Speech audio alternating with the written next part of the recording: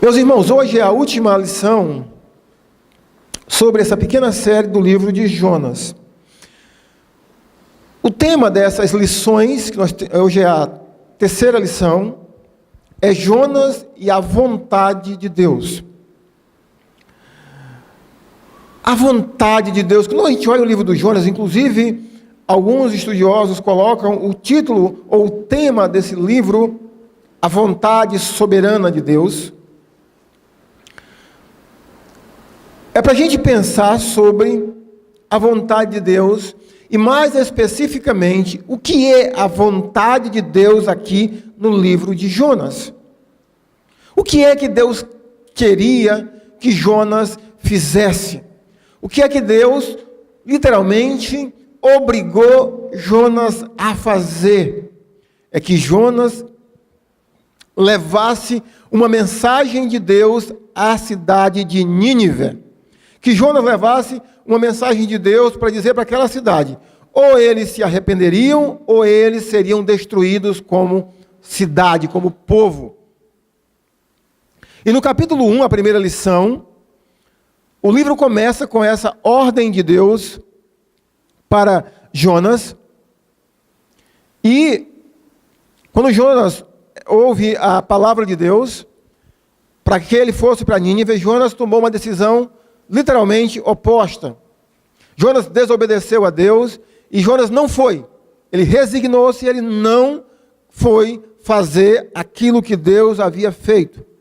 E o restante do capítulo nos mostra as intempéries que aconteceram na vida de Jonas. Ele entrou no navio, mas aí, no meio da viagem, durante a viagem, Deus enviou uma forte tempestade. O mar ficou extremamente revolto. Ondas estavam para afundar o navio. O desespero naturalmente se instalou no navio. Acharam Jonas, perguntaram o que ele fazia, e Jonas disse o que fazia, e Jonas disse que tudo aquilo que estava acontecendo era por causa da desobediência dele, e pediu para que jogasse ele na água. E os marinheiros, depois de verem que não tinha outra coisa a ser feita, jogaram Jonas na água. E o livro termina com a frase que Deus enviou um peixe para comer Jonas. Permitam-me fazer um breve comentário sobre isso. Eu estava meditando sobre... A gente passa por uma situação de desespero. Imagina só o desespero para Jonas, primeiro, ter sido jogado do navio no meio do Mediterrâneo. O desespero. Você imagina, no meio daquele desespero, chega um grande peixe, o desespero desse homem. E quando a gente lê na narrativa bíblica, parece algo tão tranquilo, né? E Deus mandou um peixe. Para Jonas, o peixe ia matá-lo. Para Deus, o peixe ia salvá-lo. E eu fiquei pensando sobre a soberania de Deus, né? Seria tão bom se a gente descansasse no controle de Deus, na vontade de Deus, porque acontecem situações na vida da gente que a gente se desespera, acha que é o fim, e às vezes as coisas que estão acontecendo é literalmente para nos salvar, para trazer um bem maior para a vida da gente. Mas então o capítulo 1 termina com essa frase: o peixe chega, engole Jonas, Jonas entra no ventre do peixe. Aí o capítulo 2, nós não trouxemos uma lição específica. Jonas está no ventre do peixe, e ele passou quanto tempo no ventre do peixe? 3 dias e 3 noites, né? Jesus Cristo até compara o sinal de Jonas com ele próprio, Jesus. E depois desse período, Jonas conhece muita coisa. Eu não sei se ele tinha alguma coisa que ele podia ver do ventre do peixe para fora, mas ele diz que foi no centro da terra, ele foi no alicerce das montanhas, nos lugares mais profundos. E aí, depois de 3 dias e 3 noites, o peixe disse: Jonas, o dinheiro acabou, teu bilhete precisa ser entregue, o porto de chegada é aqui, e vomitou Jonas. Olha, gente, crente desviado é tão pesado que nem o peixe aguenta, né? Não fez a digestão, né? Então, mas me permita fazer um outro comentário sobre isso que eu acabei de falar, também estava pensando sobre isso, sobre desobedecer a Deus. A gente olha para o livro de Jonas e vê que Jonas estava desviado. Sim ou não? E qual era o pecado de Jonas? Ele não quis, ele desobedeceu o que Deus havia, a ordem de Deus. E qual era a ordem de Deus? Vá e leve uma mensagem a Nínive. Pense sobre isso, meu irmão. Vamos falar um pouquinho mais. Qual é a ordem de Deus para a igreja hoje? Qual é a ordem de Deus para a igreja hoje? Ide por todo o mundo e pregai o evangelho. E eu nunca vi um de nós chamar outro de desviado porque não faz ou não obedece à vontade de Deus.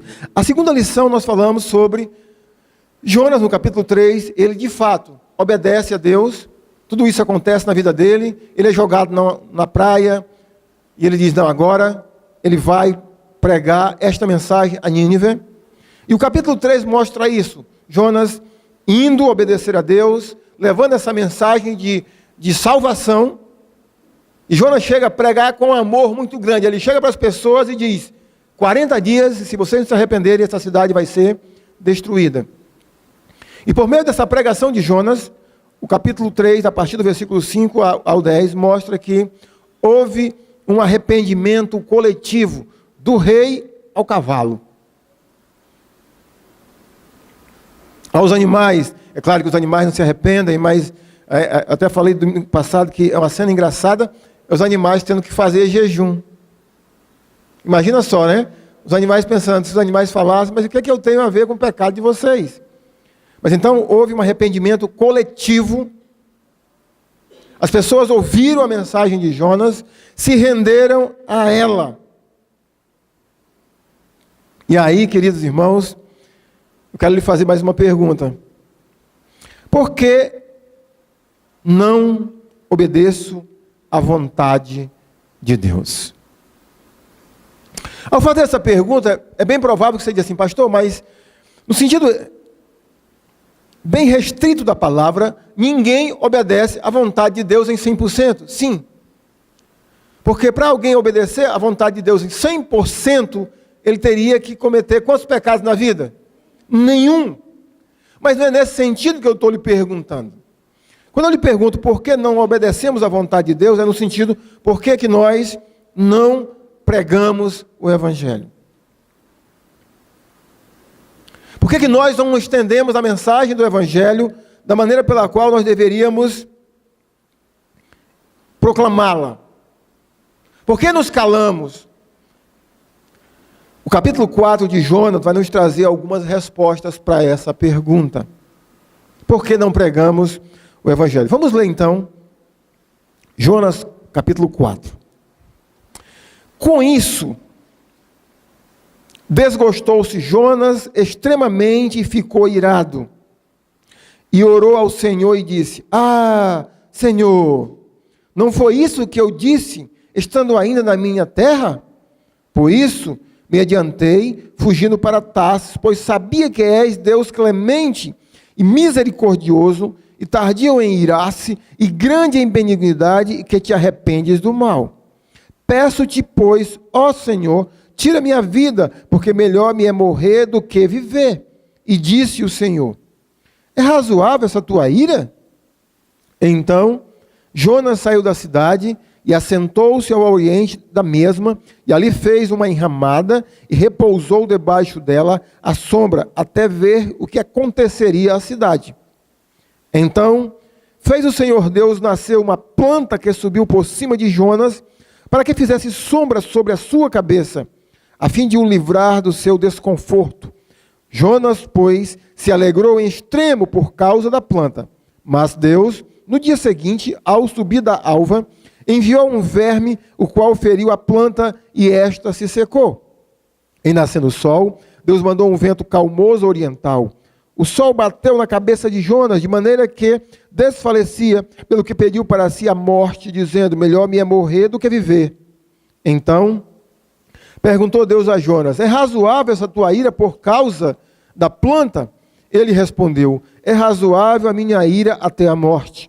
Tornou o Senhor, tem compaixão da planta que não te custou trabalho, a qual não fizeste crescer, que numa noite nasceu e numa noite pereceu, e não é eu de ter compaixão da grande cidade de Nínive, em que há mais de 120 mil pessoas que não sabem discernir entre a mão direita e a mão esquerda, e também muitos animais?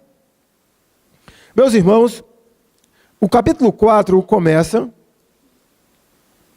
exatamente nos mostrando o que aconteceu com o resultado da pregação de Jonas. A primeira frase do versículo 1 é: com isso. Mas com isso o quê? O que aconteceu no capítulo 3? E mais especificamente, o que aconteceu com os ninivitas ao ouvirem a mensagem que Deus havia mandado Jonas falar, pregar lá em Nínive. Com isso, o resultado da pregação de Jonas, e os versículos de 1 a 11 apresenta a reação de Jonas. Diz, pastor, eu não estou entendendo.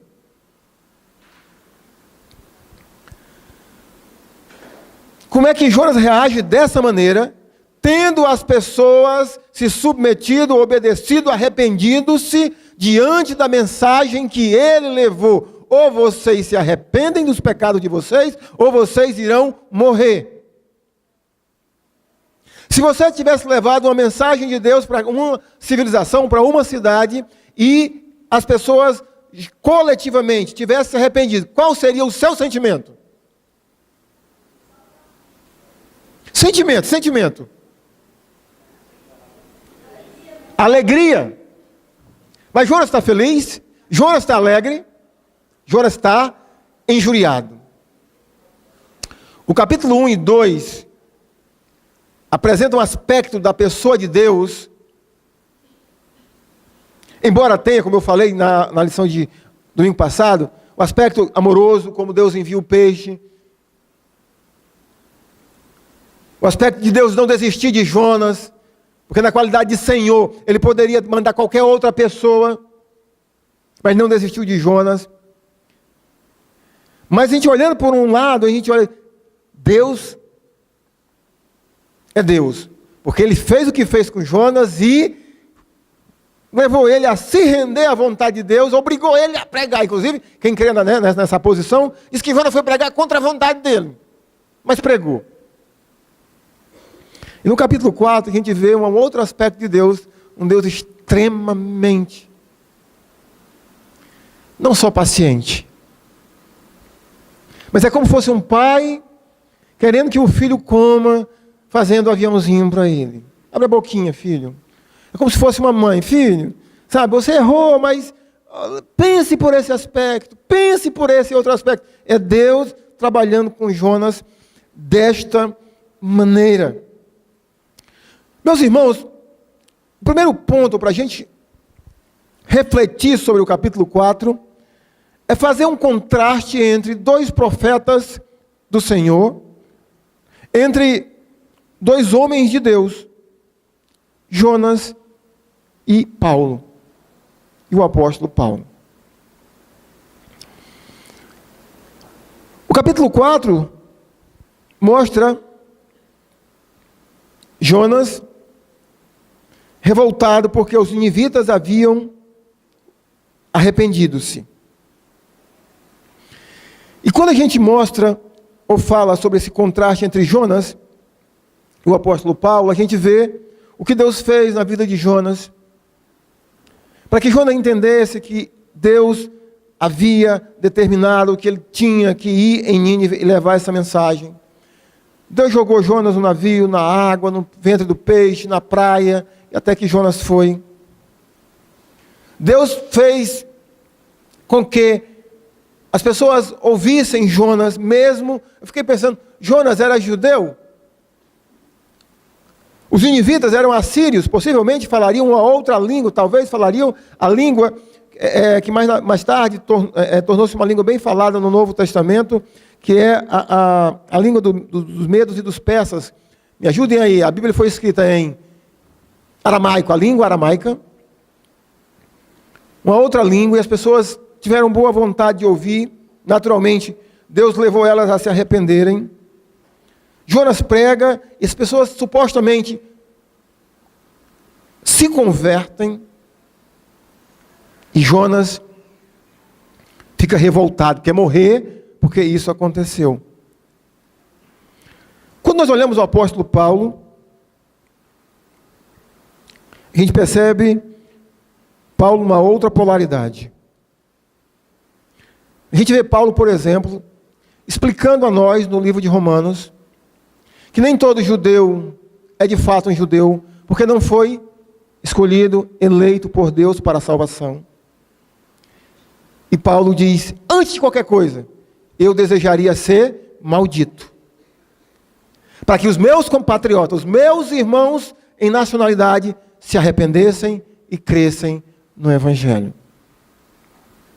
A gente vê Paulo, Jonas, fazendo tudo para fugir, para não fazer a vontade de Deus, e a gente vê Paulo dizendo aos seus colegas, Paulo quer ir para Jerusalém, e os colegas dele dizem, não vá, porque lá, Paulo, você vai ser amarrado, você vai ser preso. E Paulo diz assim, meus irmãos, o que importa? Desde que eu leve a mensagem do Senhor Jesus. A gente vê Paulo atravessando o mar para chegar em Roma, enfrentando o que enfrentou para levar a mensagem, mesmo sabendo que ao chegar em Roma seria preso. E mais na frente, além de preso, foi condenado à morte. E a gente vê Paulo dizendo, por exemplo, em 2 Timóteo capítulo 4, versículo 8, combati, completei, guardei a fé. Que contraste, meus irmãos. Jonas fazendo tudo para desobedecer à vontade de Deus, de levar uma mensagem de salvação a outra nação. E a gente vê Paulo comprometendo a sua vida, dando a sua vida para obedecer essa mesma vontade. Deixa eu te fazer uma pergunta. Com quem mais você parece? Com Jonas ou com Paulo?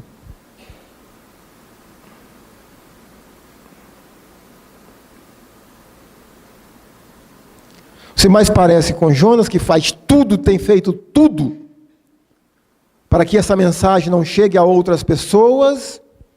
Ou você tem sido como Paulo, que tem se sacrificado, tem dado a sua vida, para que essa mensagem chegue a outras pessoas? Leve esse pensamento para casa. Com quem mais você parece? Com Jonas ou com Paulo? Seria tão bom, meus irmãos, que as igrejas cristãs, que as igrejas verdadeiramente cristãs tivessem um corpo de membresia, todas com a mentalidade de Paulo. Que pensassem como Paulo. Especificamente lembrando que existem pessoas que precisam dessa mensagem, que precisam de uma mensagem de salvação, para que elas possam ter uma resposta à pergunta, o que é que eu posso fazer para ser salvo? Às vezes eu fico triste quando eu olho, irmãos, e eu vejo que parece-me que quase que 99% da igreja pensa que ser cristão é um domingo de manhã vir para a igreja, já fez a sua tarefa e já está de bom tamanho. Com quem mais você parece? Continuando a olhar o texto, irmãos, vamos olhar aqui alguns motivos pelos quais Jonas não queria obedecer à vontade de Deus. Vamos olhar o versículo 2. E orou ao Senhor e disse, ah, Senhor, não foi isso que eu disse, estando na minha terra? Por isso me adiantei fugindo para Tarsis, pois sabia que és Deus clemente e misericordioso, e tardio em irar-se, e grande em benignidade, e que te arrependes do mal. Olha o que Jonas diz na sua oração sobre a pessoa de Deus.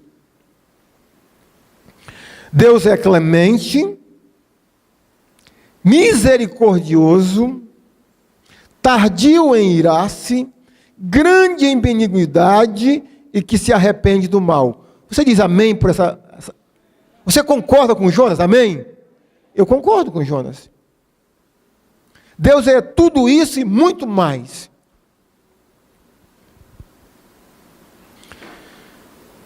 Isso é Deus. Mas olha quem é Jonas. Jonas é uma pessoa extremamente egoísta. E quando eu digo, irmãos, que Jonas é uma pessoa extremamente egoísta, eu não quero que você esqueça que se eu e você parecemos com Jonas, nós somos o quê? Extremamente egoístas. Por que somos egoístas? Primeiro, irmãos, Jonas queria para si e seu povo essas características de Deus. Era muito bom para Jonas saber que Deus é clemente, misericordioso, tardio em irar-se, grande em benignidade e que se arrepende do mal. Era muito bom Jonas saber disso sobre Deus, se tinha a ver com Jonas ou se tinha a ver com o povo judeu. Olha o tamanho do egoísmo desse homem.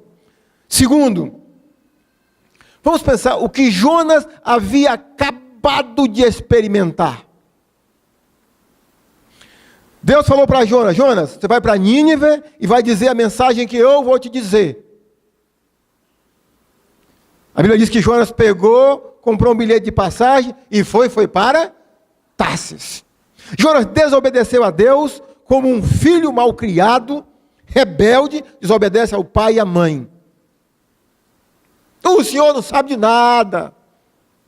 A senhora não sabe de nada. Fez o contrário. E Deus leva Jonas para o mar, depois para o ventre do peixe. Do ventre do peixe, Deus fala para o peixe também: deixa ele lá na praia. Deus salva Jonas. Deus faz um dos maiores milagres que a Bíblia registra para salvar a vida de Jonas. E Jonas experimenta tudo isso de Deus. Deus é clemente, é bondoso, é misericordioso e é tardio em irar-se e se arrepende de fazer o mal com quem se arrepende do mal que ia fazer. Jonas queria receber isso de Deus, recebeu isso de Deus, mas não queria que outras pessoas recebessem. Ele não queria que os ninivitas recebessem ou percebessem, entendessem essa característica da pessoa de Deus, que Deus é bondoso, que Deus é fiel, misericordioso, que Deus é longânimo em irar-se. E que está disposto a receber toda e qualquer pessoa que se arrepende dos seus pecados e quer Deus.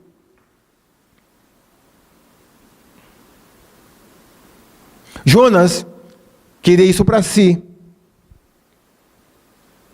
mas não queria para os ninivitas. Lembra que uma das frases repetidas de Jesus era: eu não vim chamar justos, e sim pecadores ao arrependimento.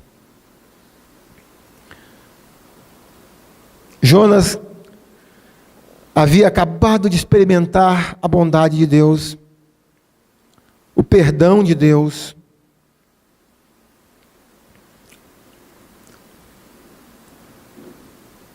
Mas não queria que outras pessoas recebessem. Às vezes, irmãos, na igreja não é tão diferente.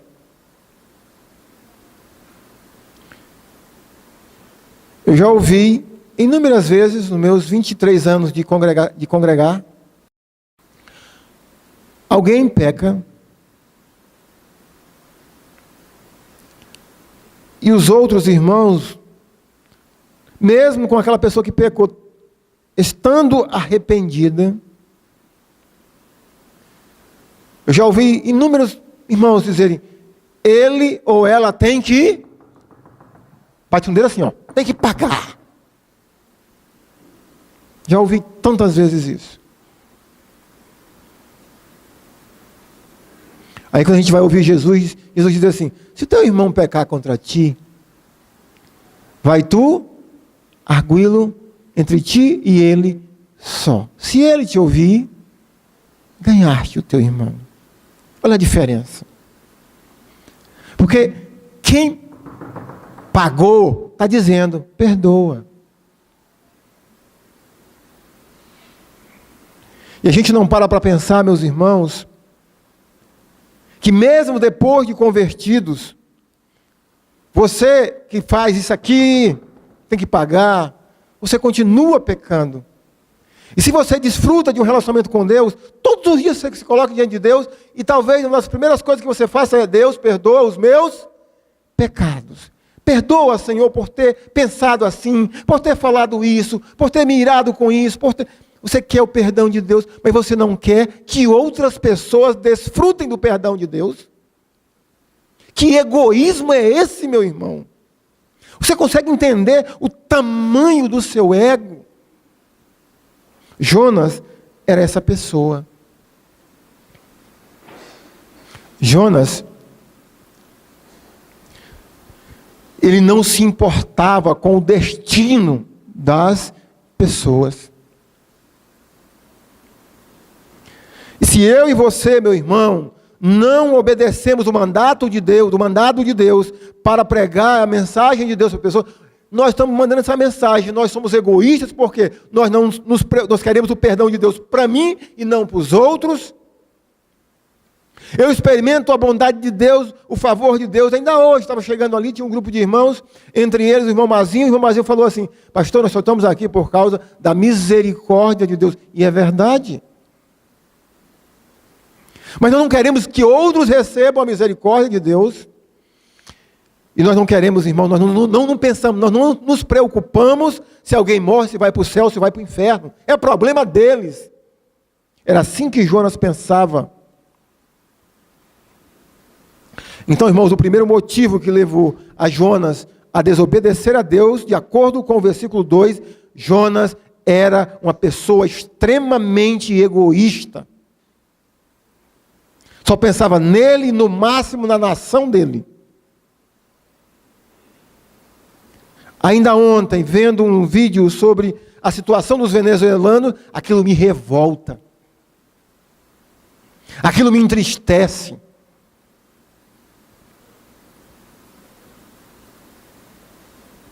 Talvez você, meu irmão, seja uma pessoa que passe por uma dessas crianças que vem para casa, sem pai, sem mãe. E talvez você nunca fez um afago numa criança daquela.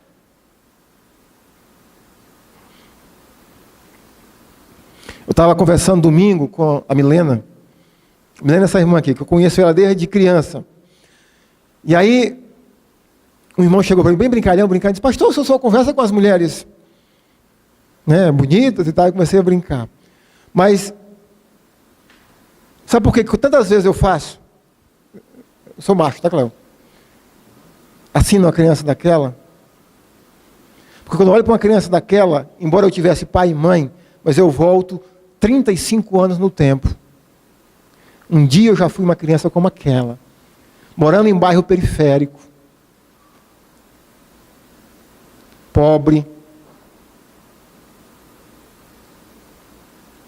Por isso que eu faço um carinho, um afago, porque eu sei que isso faz diferença na vida dela. Tem um político, vocês não contam para ninguém, ele é lá da região norte, eu nunca disse isso para ele. O Deda, eu nunca esqueço disso. Eu deveria ter uns 11, 12 anos. Eu saí do bairro da Várzea e fui para Fogás comprar gás. Quem morou em Cruzeiro sabe a distância. Com um carro de mão. Gente, é trabalho para o diabo carregar bujão de gás em carro de mão, porque o bicho fica, E eu vinha meio-dia, 11h30, com esse bujão descendo a ladeira, quem mora em Cruzeiro, ali do Ibama. E o Dedo era rapaz novo na época, e ele trabalhava no Ibama, acho que era Ibama o nome, né, Tonhão? E ele ia na caminhonete. Ele olhou para mim e disse: neguinho, joga aí dentro. Pensa numa alegria, gente. Eu nunca esqueci isso. Nunca esqueci. Então, irmãos, se aquilo foi bom para mim, por que eu não faço com os outros? Hoje ele me encontra e me fala, chama pastor. Ele não sabe quem é esse pastor? É aquele neguinho que um dia disse: joga o bujão aí dentro. E foi me deixar lá na casa.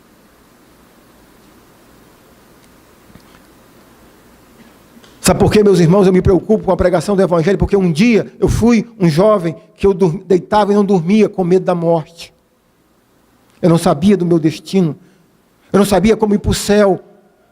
Por isso eu me preocupo em pregar o Evangelho. Por isso que eu tenho esse mês falado a vocês sobre a nossa obrigação de Igreja de Cristo de pregar o Evangelho. Porque tem tantas pessoas, irmãos, que vão rejeitar. Mas tem tantas pessoas que vão receber. O nosso egoísmo de só pensar na gente e no mundo da gente. Uma segunda coisa, que a gente percebe o motivo pelo qual Jonas não pregou o evangelho, isso está mais presente na igreja moderna do que talvez o egoísmo. É o que a gente chama a zona de conforto. O versículo 5 diz o seguinte: mesmo depois de Jonas ter orado e dito, Senhor, gente, quando Jonas fala isso sobre Deus, que Deus é bondoso, misericordioso, tardio em irás, é um elogio ou é uma crítica a Deus? Jonas não está elogiando. Ele está criticando. Observe, Deus, eu já sabia que tu ia perdoar esses caras, por isso que eu não queria ir. É isso que ele está dizendo, irmãos. Sabe o que Jonas está dizendo para Deus? Deus, tu é besta. Eu já sabia, olha o versículo 2, por isso que eu não quis ir, por isso que eu ia para Tarsis, porque eu sabia que eu ia pregar, e eu sabia que eles iam crer, porque tu é besta. Aí, Jonas diz, aí vem o lado de Deus. Jonas, é razoável essa tua ida, Jonas? Jonas diz, é. Aí Jonas constrói uma barraquinha para ele, né, faz ali uma meia sola, fora de Nínive, ao oriente de Nínive, e ele se senta lá. O que Jonas quer ver? A destruição de Nínive. Jonas queria estar num palco tipo Ló. Olhar e ver Deus mandar fogo do céu e consumir aquelas pessoas. E Deus não faz. E Jonas faz uma casinha para ele, um negócio mal feito, aí diz uma enramada, uma espécie de uma cabana, um negócio mal feito. Aí olha o que Deus faz com Jonas. Deus faz nascer numa noite uma planta, possivelmente uma mamoneira. Diz que é uma planta que existe naquela região, que ela cresce rapidamente. E essa planta, quando ela nasce, do lado da cabaninha de Jonas, é como se fosse cobrir e traz sombra para Jonas. E quando Jonas mais uma vez vê a bondade de Deus agindo em favor de quem? Dele. Qual é o sentimento dele? Alegria. Jonas se alegra. Mas na noite seguinte, Deus manda um verme, mata a planta. E Jonas fica, novamente, irado. Aí Deus faz uma pergunta para Jonas. Meu filho, é razoável essa tua ira? Agora, olha a lição que Deus vai dar para Jonas ao levantar essa bichinha e depois matar essa bichinha. O que Deus quer ensinar para Jonas? Em primeiro lugar, Jonas, tu precisa sair da tua zona de conforto. É a lição geral. Aí está muito bom, Jonas. Terminar o culto, meus irmãos, e a gente ir almoçar no shopping center. É muito bom. Lá não faz calor, não, como aqui também. Não, aqui é zona de conforto, irmãos.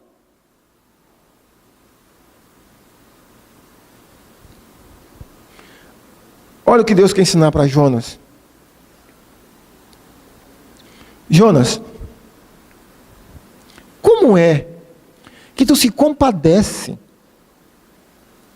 de uma plantinha que nasceu ontem e morreu hoje? Tu não teve trabalho nenhum com ela, tu não foi tu que plantou, tu não regou, tu não limpou ao redor, tu não fez absolutamente nada e tu se compadece por ela. Ou seja, por que tu se compadece, Jonas? Porque ela vinha te favorecer.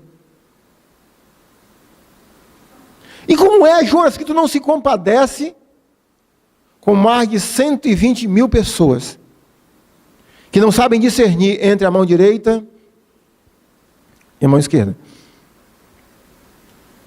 Agora me veio um pensamento. Acho que... Como é que você não se compadece, Jonas? Então, irmãos, o segundo motivo pelo qual Jonas não queria pregar para os ninivitas é porque Jonas não queria sair da sua zona de conforto. Primeiro sair de Israel e a Nínive. E depois, Deus mostrou para ele que ele precisava sair daquele lugarzinho que estava tão confortável para ele. O que seria, meu irmão, minha irmã, a sua zona de conforto? Qual é a sua zona de conforto? O que é aquelas coisas tão banais que você não quer abrir mão delas de maneira alguma para poder obedecer o chamado de Deus para a vida da igreja? O que é? Talvez você diga assim, pastor, eu não tenho zona de conforto. Tem sim. Porque se você, por exemplo, não abre mão de almoçar no shopping center, isso é só um exemplo. Mas em contrapartida, você não consegue nem devolver para Deus as suas finanças. Você está travando a igreja de pregar o evangelho. Um dos motivos pelos quais o jornal, o pastor Marcos anunciou que os irmãos estão entregando, ele vai dar uma mudada é financeiro. Não tem dinheiro. Tudo é pago. Então, qual é a sua zona de conforto, meu irmão? Talvez a sua zona de conforto seja aparecer na igreja nas 4 festas do ano e está bom, e acha que seu papel de cristão é só esse. Talvez a sua zona de conforto é achar que ser cristão é vir um domingo de manhã para a igreja, todo domingo já está bom demais. Talvez a sua zona de conforto seja vir à igreja uma vez por semana e devolver o seu dízimo, já está bom demais. Qual é a sua zona de conforto, meu irmão? E se Deus tirar essa zona de conforto, como ele fez com Jonas, qual será a sua reação? Sabe, irmãos, quando nós falamos sobre zona de conforto, eu digo que é algo mais forte para a igreja de hoje do que talvez o egoísmo, é porque o mundo moderno só pensa em conforto. Se você chegar para mim, para a Inaile, para o James, Cris, qualquer casal, vou pegar aqui o Valdo e a Carol, que eu imagino que pensem que querem ter filhos. Chegar para eles e dizer assim, Carol e Val, por que vocês não tiveram filhos ainda? Eu vou começar a pressionar. Então, quantos anos de casado? 4 anos. No geral, qualquer casal vai dizer o seguinte, na qualidade dele, pastor, porque nós ainda não estamos prontos. Nós ainda não temos como, a gente precisa de mais alguma coisa para poder vir filho. Irmãos, quando os casais de hoje falam isso, é tão difícil educar, pastor. Eles não estão falando em educar e dizer, meu filho, roubar é errado, mentir é errado. Não, eles estão pensando em educar e colocar no melhor colégio que eu possa pagar. Eles estão pensando em dar para o filho apenas conforto, em dar apenas coisas e não dar o que de fato os nossos filhos precisam. Porque é isso que a sociedade prega hoje. Conforto. Gente, eu acabei de falar a vocês um pouco a gente veio de uma família muito pobre. Nós éramos 5 irmãos e dormíamos tudo num quarto só. E a gente era tão feliz. Quando a gente brigava, às vezes a mamãe amarrava tudinho e apanhava tudo em coletivo. Se beijem, e a gente é tão unido hoje. Olha, gente, eu arengava com os meus irmãos, e a mamãe fazia, gente, eu ficava pretinho de raiva, gente, mas eu tinha que me submeter. E às vezes ela, literalmente, ela amarrava a gente e dizia, agora vocês vão apanhar junto, depois vocês vão se beijar. Não é? Exatamente, irmã, e aí engole o choro. Engole o choro. Então, eu não estou falando que você tem que fazer isso com o seu filho, tá, gente? Não faça não, porque... Mas então, voltando à questão do que a sociedade pensa, isso invade a mente da gente. E faz com que, irmão, a nossa vida espiritual se trave. Porque nós queremos apenas a nossa zona de conforto. É como se Deus fosse a lâmpada, o gênio da lâmpada, que ele está ali para me servir. Era o que Jonas pensava. Quando Deus mexe, a gente se rebela contra Deus. E para a gente concluir, o que Deus ensina para Jonas por meio da figura da plantinha que ele faz nascer e faz morrer? Jonas, preste bem atenção, o que Deus está nos ensinando? Igreja Batista Memorial. Nós temos que valorizar o que Deus valoriza. Deus não valoriza coisas, Deus valoriza pessoas. Consegue ver o que Deus diz? Jonas, como é que você se preocupa com uma plantinha dessa, que nasceu ontem, que morreu hoje, e você não tem compaixão, Jonas? De 120 mil pessoas que não sabem o que é esquerda e direita, mas não é esquerda e direita em relação à política, tá? Como é que você não se compara? Então, irmãos, a nossa sociedade cada vez mais está sendo moldada para se preocupar com coisas e não com pessoas. E Deus está nos dizendo, igreja, vocês precisam continuar pensando, valorizando, prioridade, pessoas. E mais especificamente, não valorizando o que é temporal, mas o que é eterno. É isso que Deus ensina para Jonas, irmãos. A paciência de Deus de fazer nascer uma planta, trazer um conforto para Jonas. Depois mata essa planta, tira o conforto de Jonas, diz que vem um vento calmoso. A gente pensa que é um vento fresco. Não, é um vento do deserto, um vento oriental, que trazia um calor da molesta. Jonas, o sol batendo e aquele calor quente, como se fosse assando um churrasco ali. E Jonas bravejando, Deus, Jonas, é temporal. Aprenda, meu filho, a valorizar o que eu valorizo. É o que Jesus nos ensina, acumular tesouros e não sobre a terra. Meus irmãos, a vontade de Deus para a nossa vida, para a igreja, é levar a mensagem de Deus a outras pessoas. Abrir mão de coisas para que nós possamos levar essa mensagem a outras e outras e outras e outras e outras pessoas. Irmãos, e o meu desejo, sonho, é que eu não seja uma voz no deserto ao falar isso para a Igreja Batista Memorial. Que ao terminar esses 4 capítulos de Jonas, tenha ficado alguma coisa no seu coração de entender que a vontade suprema de Deus para as nossas vidas é levar a mensagem de Deus de salvação a outras pessoas, porque Deus se importa com pessoas. Bom domingo. Até a noite.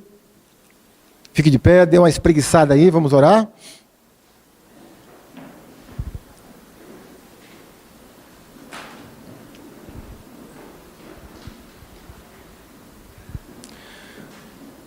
Nosso Deus e Pai,